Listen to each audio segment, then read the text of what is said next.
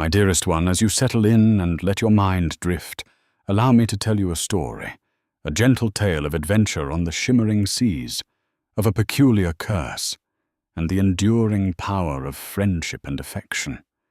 It is a story woven with the salty air and the whisper of distant waves, truly a remarkable journey.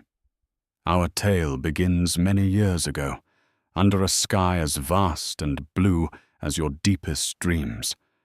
A young girl named Elizabeth Swan was sailing aboard a grand ship, heading towards the beautiful, bustling harbour of Port Royal. She was a thoughtful child, and as the ship glided through the water, she noticed something quite unusual floating in the distance: the remnants of a shipwreck. Among the debris, she spotted a small, still figure, a boy, no older than herself, drifting on a piece of wood. His name was Will Turner, and he was quite unconscious. Elizabeth, with a quick and caring heart, helped bring him aboard. As she looked at him, she noticed a shimmering golden medallion around his neck.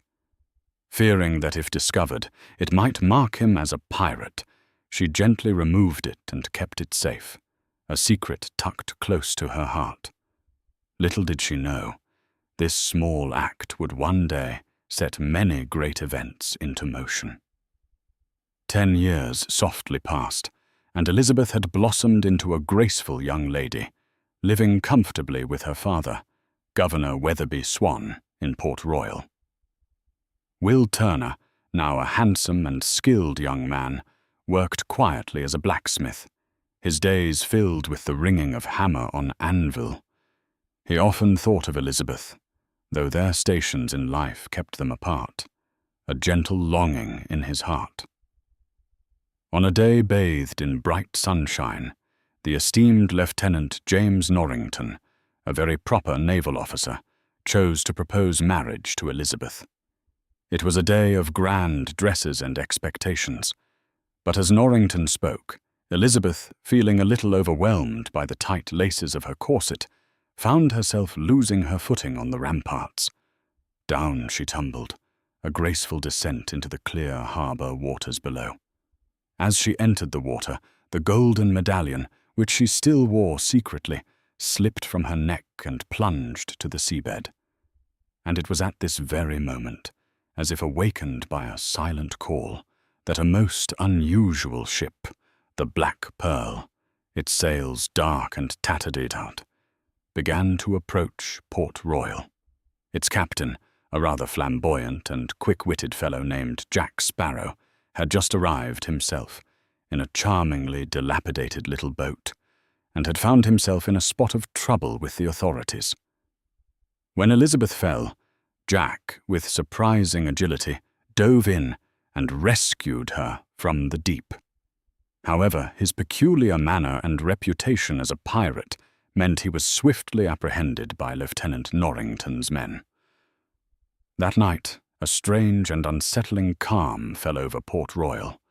Then, without warning, the Black Pearl launched its full attack. Cannon fire, softened by the distance in our telling, echoed through the streets, and a crew of pirates, rather more peculiar than any ordinary sailors, stormed the town. They were searching for something specific, something golden and round. These were Captain Barbossa and his crew, and they were under a most ancient and potent curse. Elizabeth, ever brave, found herself cornered by these odd pirates.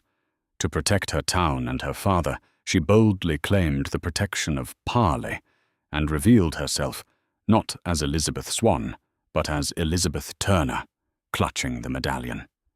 Barbossa, sensing a connection to the very thing he sought, took her aboard the Black Pearl, intending to use her blood to break their curse. Meanwhile, Will Turner, witnessing the chaos and knowing Elizabeth was in peril, felt a powerful surge of determination. He knew he had to save her. Remembering Captain Jack Sparrow's imprisonment, Will, with a quiet resolve, made his way to the jail and, with a clever trick involving a key, freed Jack. He then made a deal. Jack would help him find the Black Pearl and rescue Elizabeth in exchange for his freedom. Jack, it turned out, also had a deep personal connection to the Black Pearl, as it had once been his very own ship. Together, Will and Jack, a most unlikely pair, managed to acquire a swift vessel called the Interceptor. Their first stop was the bustling, somewhat chaotic island of Tortuga, a place known for its colorful characters. Here they gathered a motley but spirited crew: the wise and experienced Mr. Gibbs, the strong-willed Anna Maria, who had a history with Jack, and the quiet but observant Cotton. With their new crew, they set sail, the Interceptor slicing through the waves in pursuit of the mysterious Black Pearl. As the Interceptor glided across the vast ocean, the Black Pearl was making its way towards a hidden, mystical place known as Isla de Muerta. Barbossa, believing Elizabeth to be a true Turner, prepared a ritual to break the ancient Aztec curse that bound him and his crew. This curse, dear one, was a peculiar thing. They were immortal, could not truly feel, and when the moonlight touched them, their true forms were revealed as skeletal figures, quite peculiar to behold. They had stolen a chest of cursed Aztec gold, and only by returning every last piece, along with a blood sacrifice from the line of the man who had originally taken the gold, could the curse be lifted. Barbossa learned, to his dismay, that Elizabeth's blood was not the right sacrifice. It was Will Turner's blood he needed. The Interceptor, swift and true, managed to catch up with the Black Pearl. Jack, with a clever maneuver, led Will and some of the crew to board the Black Pearl in a surprising fashion. Amidst the gentle commotion, Elizabeth, with her quick wits, managed to escape the Black Pearl and return to the Interceptor. It was there, on the decks of the Interceptor, that she finally understood the full, strange truth of the curse and Barbossa's true intent regarding Will. But Barbossa was a woolly old pirate. He skillfully outmaneuvered the Interceptor, using the strange, unnatural strength of his cursed crew to overwhelm and destroy it. Jack, in a twist of fate he knew all too well, found himself once again marooned on a small, sandy island with Elizabeth, just as Barbossa had left him many years before. However, Elizabeth, resourceful as ever, created a great smoke signal, and soon the grand ship Dauntless, carrying Lieutenant Norrington and the Royal Navy, appeared on the horizon, rescuing them from their solitude. Elizabeth, with Will's safety paramount in her heart, made a difficult bargain with Norrington. She would agree to marry him if he would pursue the Black Pearl to Isla de Muerta and save Will. Norrington, though hesitant, agreed, and the Dauntless set its course for the legendary mist-shrouded island. Upon arriving at Isla de Muerta, a place veiled in an ancient magic, Jack, knowing the secrets of the mystical cave where the curse resided, led Norrington and his men towards the entrance. Jack, however, had his own clever plans, a strategy to resolve the situation in his own unique way. Inside the dimly lit cave, Barbossa was preparing to perform the ritual, ready to use Will's blood and the last pieces of the cursed gold to break the enchantment. It was a delicate balance of intentions. Jack, with a piece of the Aztec gold secretly in his possession, intended for Norrington's men to confront the cursed pirates, creating a diversion that would allow him and Will to act decisively. Will, seeing Barbossa prepare for the sacrifice, made a courageous distraction, engaging Barbossa in a graceful dance of swords. The Navy, guided by Norrington, then entered the cave, and a most unusual confrontation began. Mortal soldiers against the immortal, skeletal figures of Barbossa's crew, illuminated eerily by the moonlight filtering into the cave. Elizabeth, ever resourceful, joined the fray, throwing more of the cursed gold, adding to the delightful confusion. In a swift, quiet moment, Jack slipped a piece of the gold into his own pocket, briefly becoming cursed himself. Then, with a practiced aim, at the very instant Will dropped his blood and the last piece of gold was returned to the ancient chest, Jack fired his pistol at Barbossa.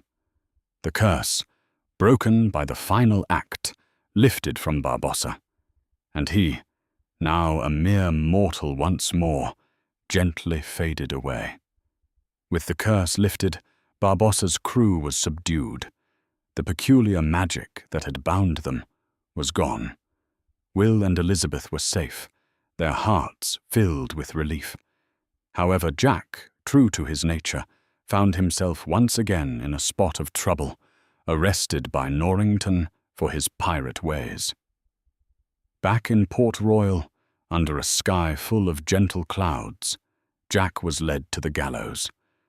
But just as the moment arrived, Will, ever the loyal friend, intervened, saving Jack from his fate. Elizabeth, seeing Will's bravery and the depth of his feelings, openly declared her love for him. Lieutenant Norrington, observing this heartfelt moment, understood. He graciously allowed Will and Elizabeth to be together, understanding that true love could not be commanded. And so Jack, with a final mischievous grin, fell into the harbor's calm waters. He was swiftly rescued by his loyal crew, who had, in a wonderful turn of events, managed to reclaim the Black Pearl. With a knowing smile, Captain Jack Sparrow, once again at the helm of his beloved ship, sailed away into the open horizon, a free spirit on the boundless sea. Will and Elizabeth, their journey concluded, stood together, their hearts full, ready to begin their own peaceful future. The curses were broken, the battles were done, and the sea, vast and comforting, whispered its timeless lullaby. And with that, dear one, let your own mind drift to a quiet, serene place, just as peaceful as the calm waters after a long journey, knowing that all is well. Rest now,